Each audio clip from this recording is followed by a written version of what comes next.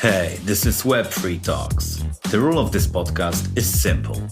We only talk with people who have hands-on Web3 building experience.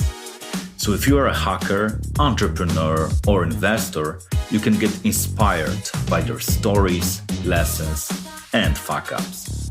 My name is Mac, and I'm hosting this pod. If you want to stay in touch, go to twitter.com/web3talks, click the link in the pinned tweet, and join our Discord community.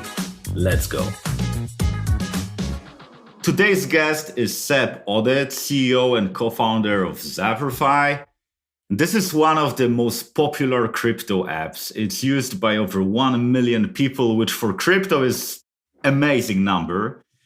And, we all know Zapper from their dashboard, where we track how much money have we lost on NFTs or how much money have we made on our investments. But, now Zapper goes to version number 2. And apart from tracking portfolio, bridging tokens and exchanging them, it starts to be more like a Web3 exploration tool where you can find the interesting DAOs, DeFi projects, NFTs, and track people's wallets and, get some hint what you might trade or, what smart money does or your friends. So this is very cool. I had a pleasure to check out this beta version and it looks amazing. So it's really, really good. So there's a lot to unfold here. So let's start with a warm-up. So Seb, I know that you discovered Ethereum in 2017. How did you get so deep into crypto? Because you get as deep as it gets. Yeah, well, first, thank you very much for having me. It's been a while since I did a podcast, since we've been really heads down building our V2. So for my journey in crypto, Ethereum in particular, so I have a background in finance. I studied in finance, but quickly became disillusioned by it. I thought it was very boring and the industry was kind of I don't know, it felt dirty in a way. I've always considered myself to be a creative person that always liked to build. I loved doing Legos when I was young. Anyways, I've always considered myself to be a builder. And so when I graduated, started hacking stuff, building, learning how to code, and got a job as a developer. And it's in 2017 when I learned about Ethereum that I was kind of blown away. I knew what Bitcoin was, but I didn't gravitate towards it because I couldn't build anything on top of it. I understand its value and everything, but from a builder perspective, it wasn't super attractive to me. And Ethereum kind of was interesting to me because of kind of the mix of my finance background and then software. I saw it solve a lot of things that, were problems in traditional finance. And so I'd say pretty early on, I got pretty interested in everything that revolved around DeFi, even when it wasn't really called DeFi. In 2019, end of 2018, early 2019, I became very interested in DeFi. I don't even think it was called DeFi at the time, back in the day, or it just started. And in the summer, that's where I kind of started to play around and test, different DeFi apps, put $5 here, $10 there. And I don't know, it was just a magical moment for me, kind of how, a lot of people that tried out Uniswap had this magical moment the first time they tried it. Or today, a lot of people that are buying their first NFT have that kind of magical moment. And then from there, kind of started being obsessed and started investing in a bunch of different things, playing around with a bunch of DeFi apps, and kind of stumbled on my first problem in DeFi, which was tracking all my assets. It really felt like you put your money in a black box. It was there on chain somewhere, but there was no interface that allowed you to see everything at the same spot. And so that kind of was the seed for the idea of building Zapper. I know that you have tested it very early. I mean, you put out a pretty raw version on, I don't remember whether it was a forum or a Telegram group. Could you tell us about the first days? So the first use case of Zapper was I was invested in Synthetix and Uniswap.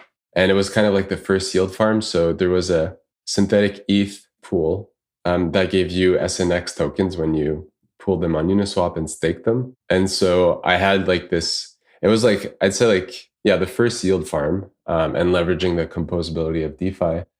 And so I noticed that a lot of people in Discord also had that problem. So I was like, oh, this is like a perfect use case to start, because it's like for a lot of people, it sounds like a mildly annoying problem, but for like hardcore users, it was like everyone is kind of calculating either impermanent loss or like calculating how much they had in the pool. And so the first use case was just Zapper had two protocols integrated, was Uniswap and Synthetix. And because of that, like shared, composable pool between them, it was kind of an interesting use case as well. And then I just shared the link in the Synthetix Discord. And from there, it kind of was like, oh, that's really cool, like neat interface. Could you add Compound?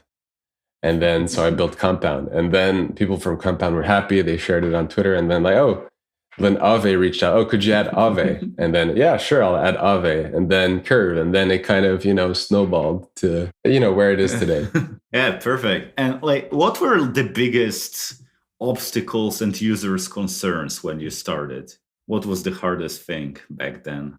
Just getting stuff on chain. There wasn't any, before Zapper, like I had to kind of like reverse engineer how to fetch stuff on chain. Like right now, it sounds trivial, but at the time, there's no really like real resource to figure stuff out. Like I remember having to, going on the Compound website, and then I had no idea how to get like the claimable comp that would show on the dashboard. And so I had to look at the Infura calls, like the data that was called to a node, and like analyze and see what kind of was requested, and then pull that out to figure out which function was used to call that and on which smart contract. So like all these things, they're like really hard to do. Now you have a bunch of tools that allow you to easily query stuff on chain, but at the time there's like nothing. So you had to like really be some sort of an on-chain detective to kind of understand how a protocol like works under the hood.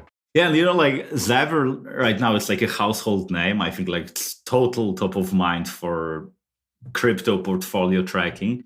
So I'm wondering like what made you invest in making V2? Because like it's always some risk with changing your product, or like even sometimes adding new features, because some people might get confused and so on. So I'm wondering like what made you, go with it? I'd say it happened quite a while ago, like the path in my mind to V2 itself, like maybe a year and a half ago. Because so we've set Zapper, like what is a product truth that is really easy. Jeff Bezos did this to kind of like set the, people will want fast delivery, cheap, blah, blah, blah. So we were like, what are the things that are true for Zapper's product today and will always be true in the future as well? And for us, the simple truth was that people want to see what's in their wallets. Like that was this simplest truth. We know it's going to be true in 10 years. Like in 10 years, it's not like people like, oh no, I don't want to see what's in my wallet. Like I want to like try to calculate that in Google Sheets on my own. Like we know that's true for sure. Yeah. And so when you think about it that way, well, obviously we can't just support DeFi. We can't just, support NFTs. We can't just support like, the DAOs you're a part of. Like, and then you can extrapolate that further, like what's in your wallet. It's not just the tokens you hold. It's also like your reputation, your identity in a way. And so it's kind of like a natural evolution of that. And I think like a shift as well is, I'd say again, like about a year and a half ago, I was surprised to see users describe Zapper as like exploration tool, like to explore other accounts. Like it was very single players, like me and my balances. And so I noticed a lot of people like using it to explore other accounts.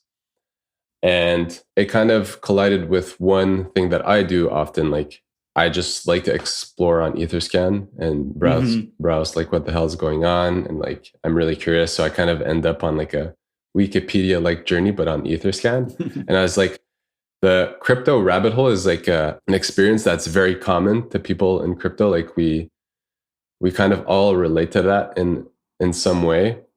And Etherscan didn't feel like the right type of product. Now there's been more products that kind of help you dive deeper in the rabbit hole, but like Etherscan didn't feel like the right product because it's very low level. It's for mostly developers or, people that have been hung out for a while And so it was, how can we make this exploration more accessible to everyone? And so the idea came to like really bring the blockchain closer to people in a language that's more accessible to them. And so building it like a Etherscan, a human readable Etherscan. Like obviously humans can read Etherscan right now, but Yeah. you get the metaphor. And yeah, so that's kind of what happened. It's also turning Zapper more into a multiplayer experience instead of like me and my balances. Again, like another thing we kind of realize is like we aren't building a portfolio tracker, we're building an account profile. And part of your account profile is what you have in your portfolio. Yeah. And so that was a big shift in the way we viewed it, because if we go the portfolio tracker route, it can end up being a very different product. And it didn't feel like we were better equipped to solve making blockchain more accessible and more readable to everyone. Yeah, like when I played around it, I felt like it's like a trader's social media in a way that you can, follow people and see what they have. And instead of putting out new Twitter threads, you put out new trades or like NFTs, or you join new DAOs. And I felt like it's very interesting because it adds network effects to your product.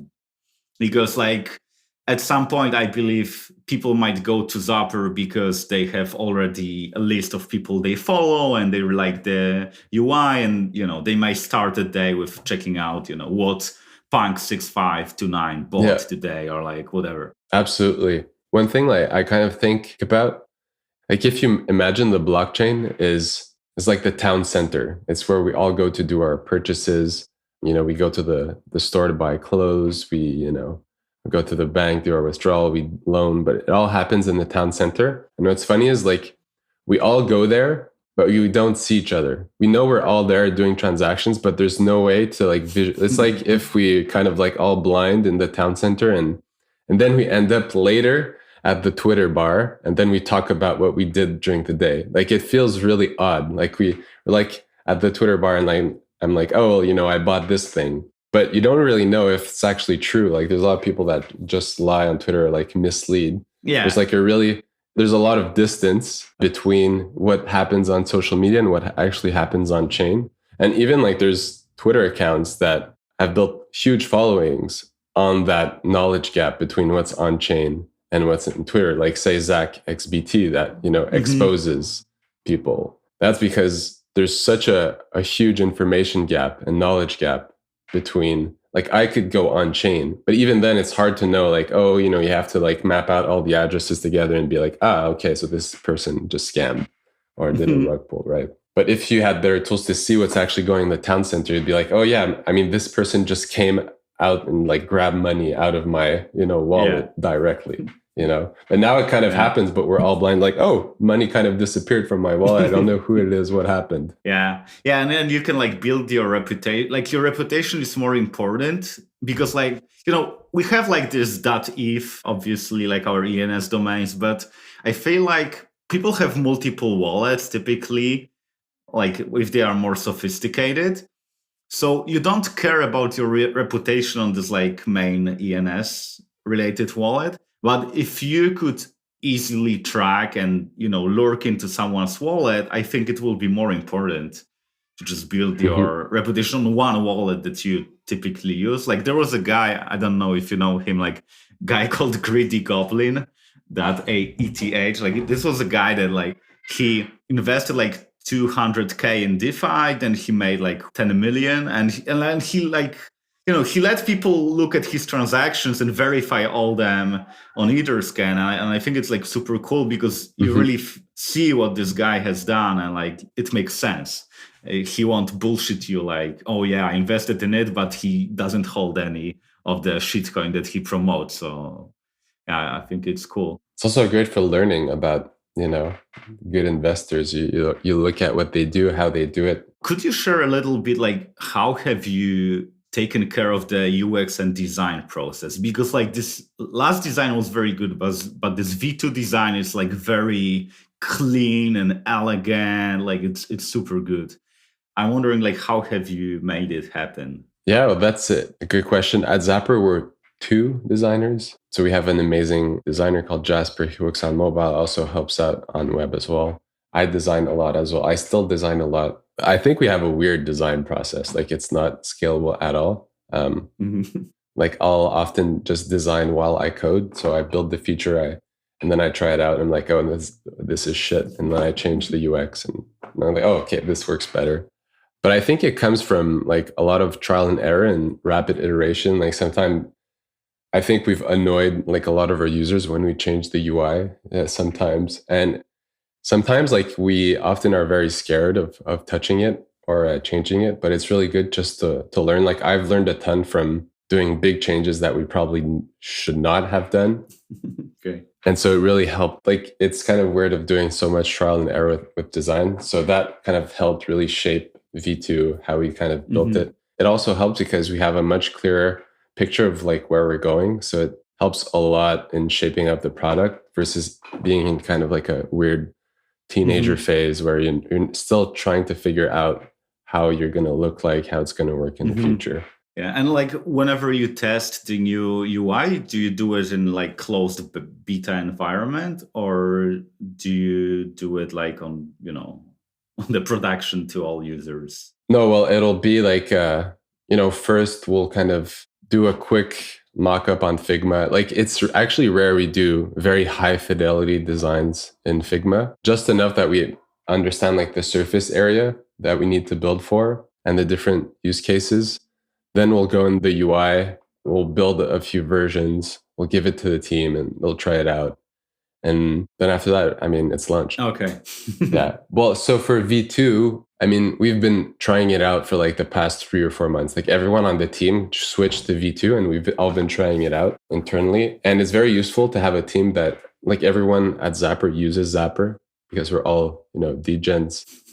And so it really helps that everyone is a user. So we're able to pick some things up before we launch versus nobody using it. And then your instinct will kind of always be off in that case. But yeah, I mean, it is kind of, we're a startup, we're 30 people. And so we don't have like these heavy processes for design, which I think are pretty good to be agile and flexible. Yeah, like that's the thing that I'd like to ask you about, because you've grown from like 1 person to 30 person. And I'm wondering like what has changed in terms of managing company, because like in like Web 2, Web 1 space, it's pretty obvious, like you have playbooks, but in crypto, like people experiment with different, managerial design. So I'm wondering like how it works in Zapper.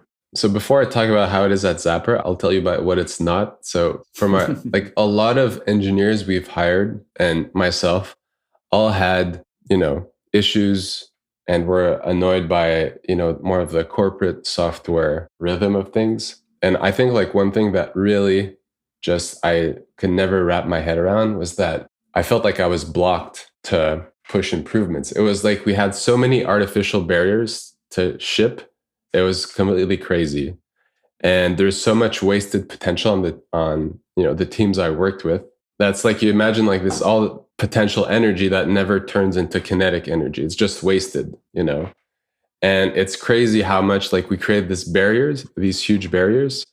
And it was just like a frustration, because then you understand why, some more corporate environments, like a lot of fan companies end up that way. You have to be stable at all times. But it kind of feels like we instead of going in the middle, we just went the complete opposite. It was a frustration for a lot of people that joined Zapper.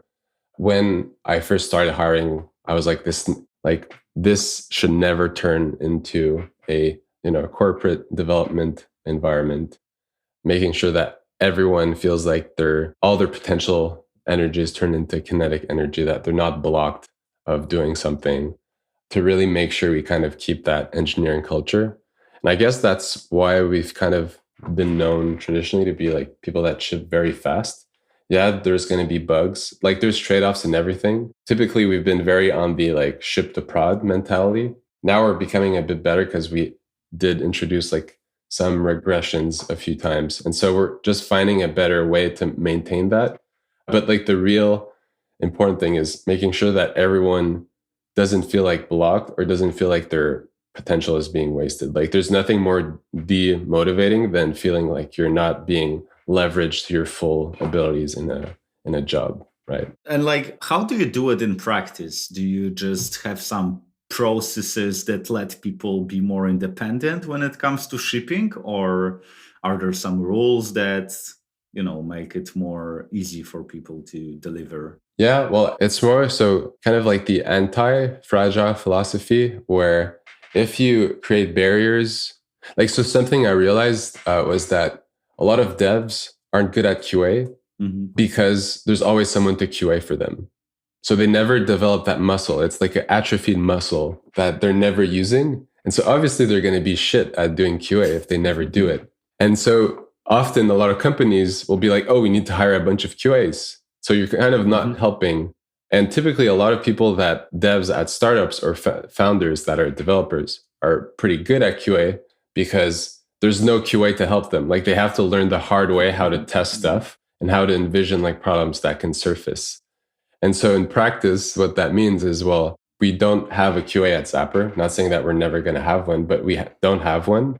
There's probably things that could help by having one for sure, but it did help train that muscle. Like, we also have an emphasis on code responsibility in the sense that you're responsible for the code you ship and you judge if, you should have a second pair of eyes to look at it. Like, putting more trust in your team has yielded good results. I mean, it's obviously not like there's always trade-offs, like someone just pushing code and then it breaks something. But then the lessons you learn there kind of prepares you later. So that's kind of been our model. We'll see how it scales. But yeah, I think we have to be careful in building our teams. And sometimes, as I said, if your first reflex when there's things that break, or like people that don't test enough, is hiring a QA, or you're not solving the underlying issue. It sounds like you screen for a big sense of ownership of the things that you put out. Yeah, like, I'm wondering, because like Zapper, as you said at the start, you kind of like surfed the DeFi wave and you had like a perfect timing. And I'm wondering, how have you dealt with acquiring new users back then and how it looks like now? What has changed in these 2 years? So one realization that I've made, so I've had startups before that failed for very different reasons. And the way I kind of thought about growth changed a lot. First, I saw growth as a function of building a great product. And while that is true, it's not the entire truth. The best predicament of growth is the market.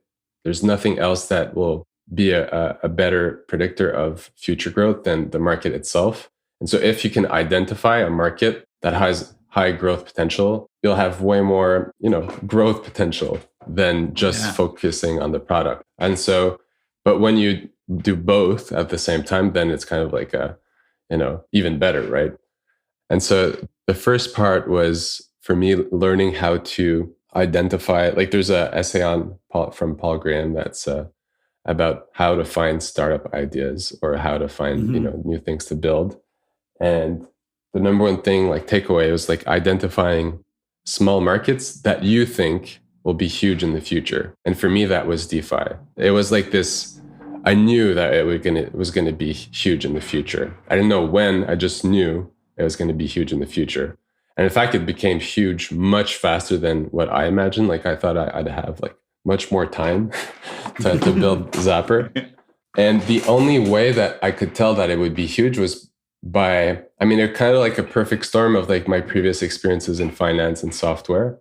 But the biggest thing was me becoming like a obsessive user and noticing that a lot of the people around me were going all in that path. And like, there's a lot of parallels I see with NFTs as well. Like it's exactly the same thing where people become obsessed with it. It's not like people try it and then just leave. Like bull markets will do that, but like there's always an underlying core of people that will stick no matter what. And that was it for DeFi. So it gave me a lot of confidence in what I was building. And then it's let me use products in this market that have great potential that I know are going to be big in the future and try to notice the problems I have. And so one of the problems was tracking things. And then I was like, well, if tracking things is a big problem right now, and this is a market that's going to explode in the future, well, this seems like a pretty good bet. And so started focusing on that. And then obviously it wasn't like a master 5D chess plan on my part. Like a lot of it is gut and instinct. One thing that did catch me by surprise was the kind of network effects that help us ride the DeFi wave even better. Was that the more complex DeFi got, the more protocols appeared, the more Zapper became an important product. And every time you added a new integration, it was like a gateway, to a new community, because people were like really happy. Then the network effects became more important. Like initially it was like, Aave's on Zapper. That's great. But then it became like, oh shit, like this new protocol is on Zapper. That's great. Like I'm going to try out Zapper. You're super happy that, another product supports your protocol. And then with time, that product like Zapper becomes more relevant. And so when it builds a new protocol, you're like, oh my God, this is great. And so it kind of like created that feedback loop. And that's something I didn't really anticipate, or I knew that we had a good shot at gaining good market share, but I didn't really think that would be the way of kind of building those native network effects. It sounds like your main user acquisition channel was like this business development, because like technically speaking, it was business development because you got like partnership. Yeah, unintentional business development. Yeah. So I'm wondering like, how have you done it? How you decided which protocol do you want to integrate, and like whether you talked with the founders of the protocol and asked them for some specs, or was it more like you just said, okay, this protocol makes sense and we'll do it ourselves? Yeah, well, it's a good question. So initially I had a lot of conversations with other founders, like in the very early time, like Stani would be like, hey, could you add Aave to Zapper? Or like Robert Leshner was like, oh, could you add this to Compound? And then I would just do it. But those were in like the ones with the most network effects. The ones with the most network effects was like, there's this new farm right now called Yam. Everyone's in it and no one can see what the hell's going on. And so supporting that farm on Zapper like instantly was amazing for growth. And then adding every single farm the moment they appeared was great for growth, because also yield farming is like, there's something addicting about seeing your claimable rewards go up, right? And so I'd say that was the most important thing that helped us capture these network effects. In fact, like it was really during yield, DeFi summer that we really grew the most because of yield farming. It's like our product was perfectly positioned for that market, and the fact that we were very quick, like it was instantly available on Zapper, like the moment the farm appeared. And that definitely helped us a lot. And how have you tracked all these farms? Did you do it yourself, or did you have some degens, full-time degens looking for farms for you? I'd say it's like 3 or 4 solid degens on the team that, we're all in all the farms anyways. And almost at the time, like the farms were launched, like we were in them. And so it really helped. It's also like a time where, I was obsessively on DeFi Twitter because it was just so fun. And you heard about rumors that a new yield farm would appear. And so we'd get ready and add it. Like it was a lot of fun. But yeah, I think it's because we're kind of just users as well. We're just, farming. And do you have any other user acquisition strategies right now? Some main ones that you use? Yeah, well, right now, there's a lot of them. Obviously, there's still the protocol integration one. Like every time you integrate a new protocol, it exposes us to a new part of the community.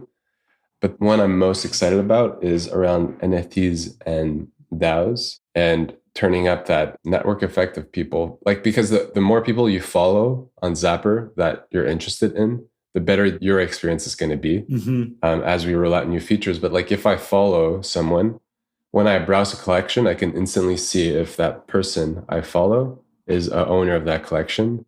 So it's like a social queue. Oh, okay. And like the more people you follow, like the better the experience is. Like there's one time like I was wondering if I should invest in an NFT collection or like buy an item. And I follow like almost all the top collectors. If you want to see, you can just look at my account on Zapper. And I saw that nobody was kind of in that collection. So I was like, it's either I'm very, very early before all the top collectors, which would be like a lot of luck, or, there's something that's probably not great about this collection, or something that's not, So anyway, things like that definitely help. And then it's about, looking at markets that are small right now, that there's no players that you think are going to be big in the future, like DAO tracking, seeing who's part of a DAO. Like there's not a lot of products. It's a small market that not a lot of people are paying attention to. Like there was a huge wave of hype around DAOs like 6 months ago. Feels like a lot of people just abandoned, But I mean, there's still a lot of DAO startups or DAO tooling, but identifying problems in small markets that you think can be pretty big in the future. Like I'm fairly confident that DAOs will be in orders of magnitude larger, and the need to, it's like you can think of them as like Facebook groups with a bank account. And so the need to browse Facebook groups and to know in which Facebook group you want to be in is going to be much bigger in the future.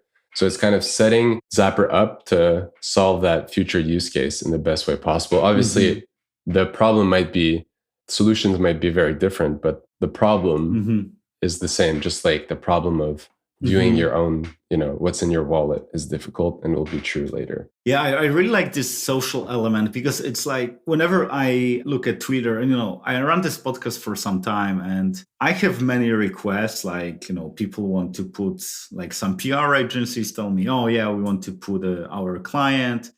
And like the thing that I do always is I look at their Twitter profile and I look whether people I follow them as well. So just like you've done it with NFTs, it's like this first layer of due diligence. So I think it's going to be huge.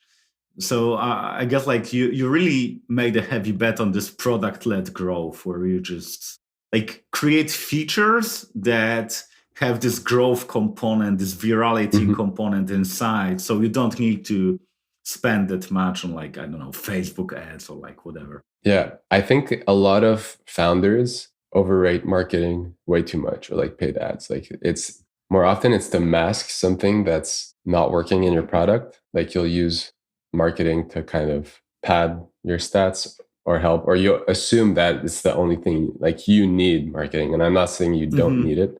But in a startup that's trying to find product market fit, focusing on marketing is probably like one of the biggest startup killers, because until you find product market fit, you don't want any noise in the signal that could potentially help you find product market fit. And marketing is noise, just like, a lot of DeFi protocols that focused on, incentives to bring people in. That's noise in trying to find, like, building a good product.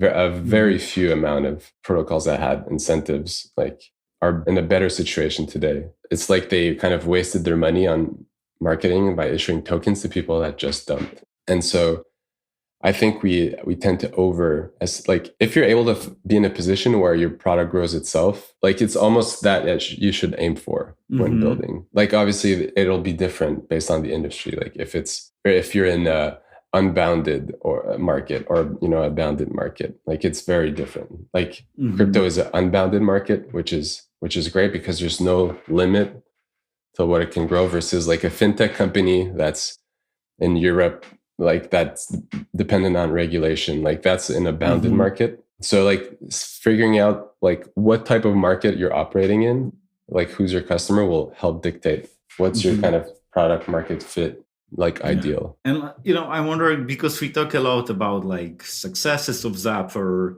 and I'm sure that V2 will be a huge success, but like what has been the biggest fuck ups that you had in Zapper so far? Yeah, we've had a few, like obviously like all startups. I think there's some like features that we should have turned off a long time ago that we kind of kept alive. One difficulty that we've always had was like what the strategy we do with Zaps. Like they've played a critical role of Zapper initially. And we've always kind of assumed that Zaps would play a role in Zapper in the future. We quickly realized that it was very hard to scale. Like we had 400 smart contracts on different chains, some that had vulnerabilities that we had to turn off, and it was like really hard to manage. And we're building a custom one for every protocol. And it was like very, very unscalable. And it was becoming harder and harder to figure out how to, leverage it in the product. And so we took the decision too late. Well, we could have done it earlier, but like we spent a lot of energy and effort trying to maintain it and improve it when we could have pulled the trigger. What's hard is also some users really like it. And it is very useful, and I mean, they still exist. They'll have like their own legacy section on Zapper, but like things like that. Also, there was a point last year where we decided to turn on fees and immediately went back on our decision like 2 days later, saying that it's not the right time for us. Things like that, I'd say. I'm trying to think of others. Like there's hiring, but like those are typical, like hiring too quickly. Yeah. Those are, things that a lot of startups kind of go into. Like they're like, oh, I need people. And then you just end up hiring too much. Yeah. That's a very common mistake. It's usually much better to be very slow and, your hair is on fire and you're running around trying to, put out the fire than, being like an architect that's like, oh, we're going to do this. So we need 5 people. So we're going to hire 5 people right now. Like it's much better to be in the situation where we absolutely need people that even though it sounds counterintuitive, it's much better to wait till your hair is on fire to hire someone. And I'm wondering, like, because we talked about fees, and I'm wondering, like, how does Zapper earn money and how does it plan to earn money in the future? So we just started making, well, that's not totally true. Before I go there, there's 3 ways where we plan on making revenue. First is through transaction fees. It's probably the most obvious one. The second one is through our API. And so people could leverage Zapper to build their tax tool or whatever. Eventually have these plugins built directly on top of Zapper that people can download. And then the third one is through more of like a cosmetics on Zapper. Like you imagine like skins in League of Legends. So these little things that we plan to build like a community economy around. So those are probably the 3 axes that we're planning to build around. So we've started, working on our API, like our enterprise API. This is something that we didn't want to productize yet, but like the market kind of forced us to build a product out of it because it's been so requested. People are kind of like begging to pay for it. So usually that's a good sign that there's business potential. And so we decided to do it. So that's the first one. We turned it on last month and we're taking our time to figuring out a good way to monetize. We're not in a rush, but like, I think the bear market that we're currently experiencing is like a perfect opportunity for that, to kind of experiment on these different mechanisms. Yeah, I think it will be more honest, the signal that you get, because like in bull market, when there was a bull market, I could pay sometimes big fees, even though like they didn't make sense economically. But I felt, everything is growing, so I don't mind paying 200 for Ethereum gas. But like right now, I'm like, oh, it's $10. I don't know. Maybe I'll wait until it gets to 5. So if you get the fees right now, I think it will be more sustainable in the long run. Yeah, definitely. Seb, like we are getting till the end, and I have few questions that I always ask. And the first one is, if you had a magic wand and could fix one thing about Web3, what would you fix? That's a very good question. I think there's a few things. So I'd fix something that's outside of Web3. Like I'm not really answering your question, but like if I had a magic wand, I'd kind of like remove the baggage that people have on crypto, because people are kind of still stuck to cryptocurrency and then Bitcoin and proof of work. So that would be the first thing. I kind of like, just so people could view Web3 from a new lens and kind of remove like these things will take time. Like technology moves fast, but culture doesn't necessarily move as fast. Like it does move fast, but sometimes not as fast as the technology itself. Like a lot of gamers that hate NFTs because like from their perspective, and it makes total sense that, it's kind of like the evil capitalist evolution of, pay to win and, in-game purchases, which from their perspective makes absolutely like total sense. Like I would absolutely hate NFTs. And so it would probably be that. Then the thing in Web3 itself is there are a few patterns that I'm seeing where we tend to go for, like protocols will take, centralized approaches, which I think is not great. I think like one thing I'd remove a lot is a lot of the tribalism that I see, because it is masking a lot of our judgment. Like as much as we want, like to think we're not biased, like we all are. So that's probably something I would remove. So I guess it's more like not necessarily from a tech perspective, but more in like the perception. Because from a builder perspective, I want to build cool use cases regardless of the technology. Obviously, I've grown attached to Ethereum, but it's important not to kind of lose sight of what's really important. It's not your bags, right? It's of creating an accessible and open financial system, making people have access to the decentralized economy, bring more people in to help them, build wealth in more sustainable ways where their central bank can't take money out of their pocket. The banks can't take money out of their pocket. So I think like those would probably be the things, more like perception. Yeah. Like regarding this perception, I had this insight some time ago that if you are a Web3 builder, you grow very thick skin because so many people tell you that you're a scammer, Ponzi schemer. Many people from Web2 tech that you respect, you watch them on, I don't know, YC Startup School or like wherever. Yeah. And they write on Twitter like, this is a scam, this is bullshit. And you need to build despite that. And I think Web3 builders will be this generation of builders that are going to be very, very independent when it comes to judgment, because, otherwise they wouldn't build in the first place. Yeah, no, that's a pretty good insight. Like just think about, say, a founder that's been building SaaS tech products. It's not like controversial in society to build SaaS, SaaS startups. But if you go in crypto as a founder, like you have to be contrarian, you have to be against the grain in some way. You have to have thick skin. Like I don't people say to SaaS founders, like one token all the time, or put pressure on them, right?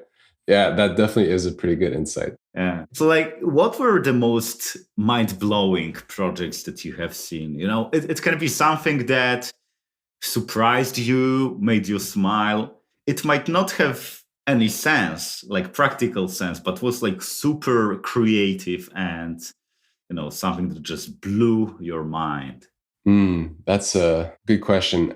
I tend to gravitate towards things that I find weird or like that we think are very stupid ideas, but have like very interesting kind of repercussions about the future.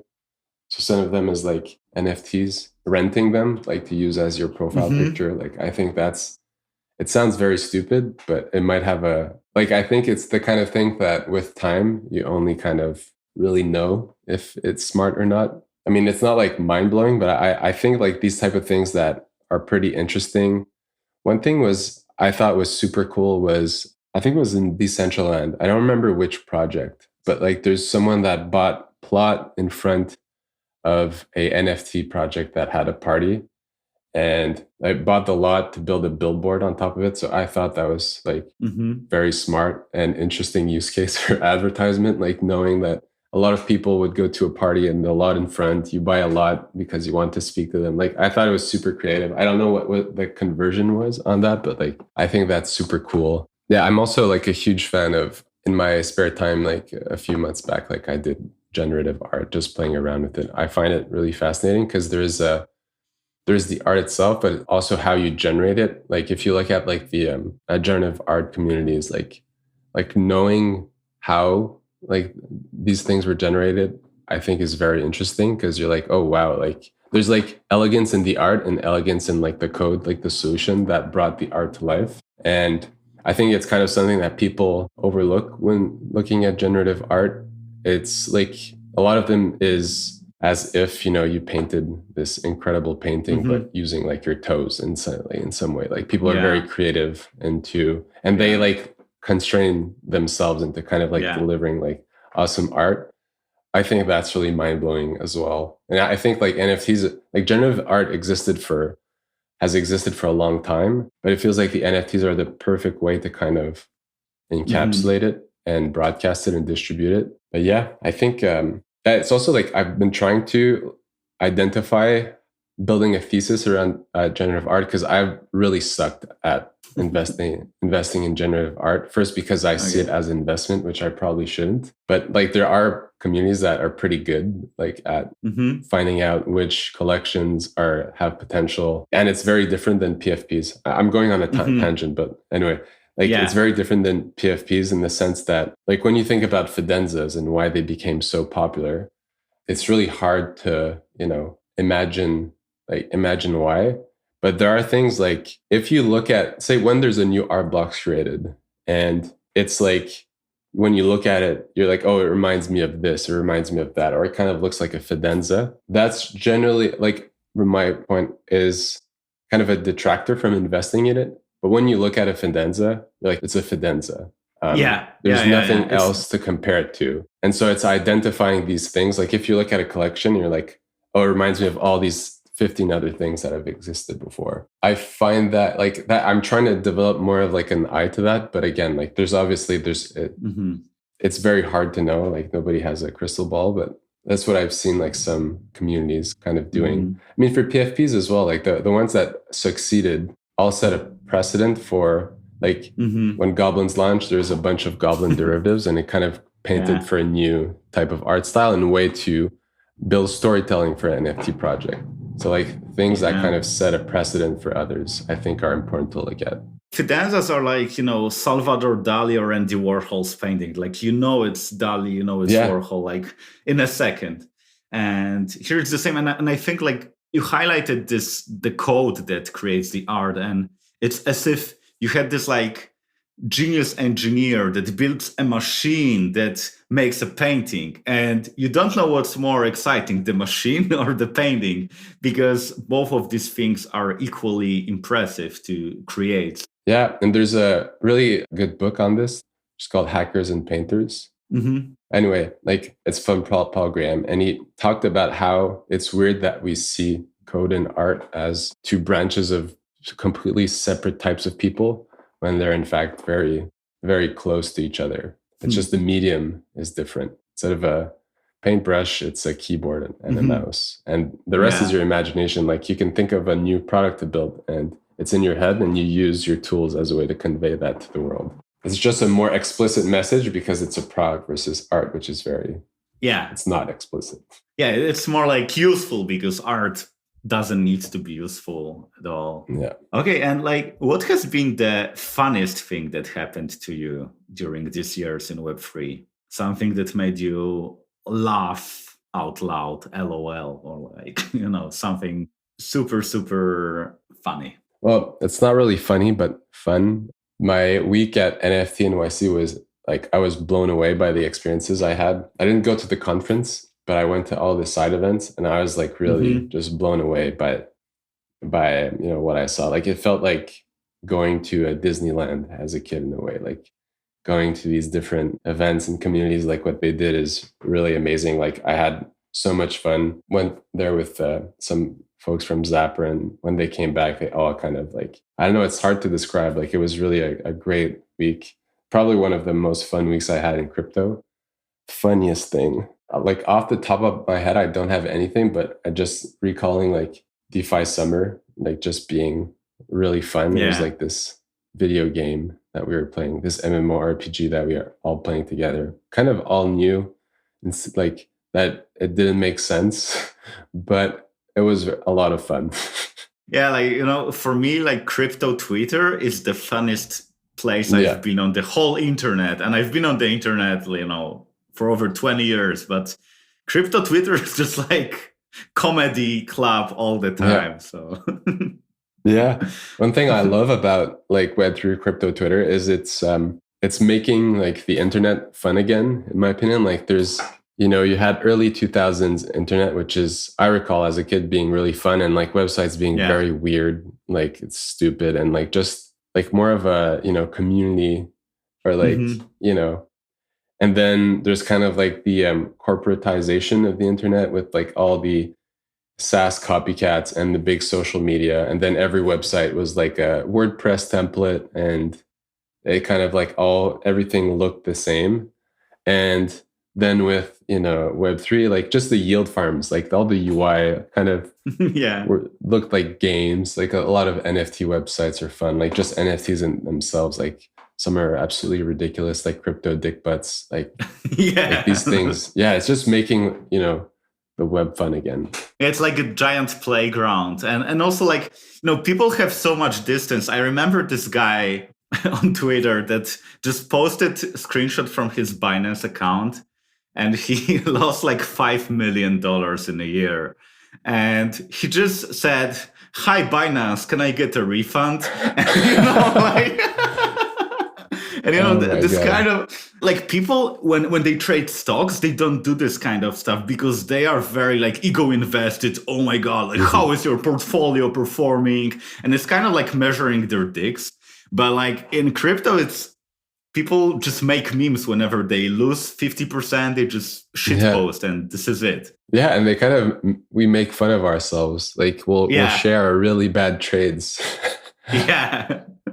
Yeah. Yeah. Okay. So like I have like two last questions because this episode will get out after the version 2 is out, because we don't want to, spoil the start of the product. So I'm wondering where people might find more info about Zapper. Like, where should they go? Should they go to Twitter, Discord, website, or is there any other place? Twitter would probably be the best place to start. Our Discord as well. Our community will open their arms to anyone that joins. And yeah, our website, obviously, at zapper.fi. Okay, so I have last question that I always ask, and it's, do you have any ideas of other builders that might be a good fit for the conversation that we had, that could share, they already built something, they got some traction, maybe not such impressive as yours, but it will be okay as well. But people who could share some really nice insights from the trenches. Yeah, there's one product that I think is pretty cool that I've been trying out their beta. I think it'd be good to have the insights from a starting founder. It's called Interface. I don't know if you've heard about it. It's like an activity feed. It's on iOS, which I think they've done a pretty good job. I think it'd be pretty interesting to have their insights and also have insights from a founder that's starting their journey. Yeah. Like I try to balance it and have, both established people like you, or, I had like Chris from Hop Protocol. I had, Dennis from Tally. And now my plan is to get more like a starting founder for my next two guests. So try to balance it out. Okay. So like said, like, thanks a lot. And see you on Twitter. I will definitely use Zapper a lot. Also because actually by preparing for this meeting, I opened Zapper because I haven't looked on it for a long time, because I didn't want to see, my portfolio. And I found $500 on my wallet. Because I was like, it turned out that I had it on Binance Smart Chain. I have no idea how it ended up there, but it was some stupid trade going on some shitcoin. And I was like, damn, I found it $500. So it's good to, take a look at your Zapper. So I think we figured out our business model. Because we found money that you didn't know existed, we should keep 50%. Yeah, it might work. Yeah. Yeah, but like this is this wow experience that you give to users. Like it's like, finding $500 in your pocket. Like I've never had it, but here I found it. So this is super cool. Yeah. So Seb, like, thanks a lot and see you later. Thank you.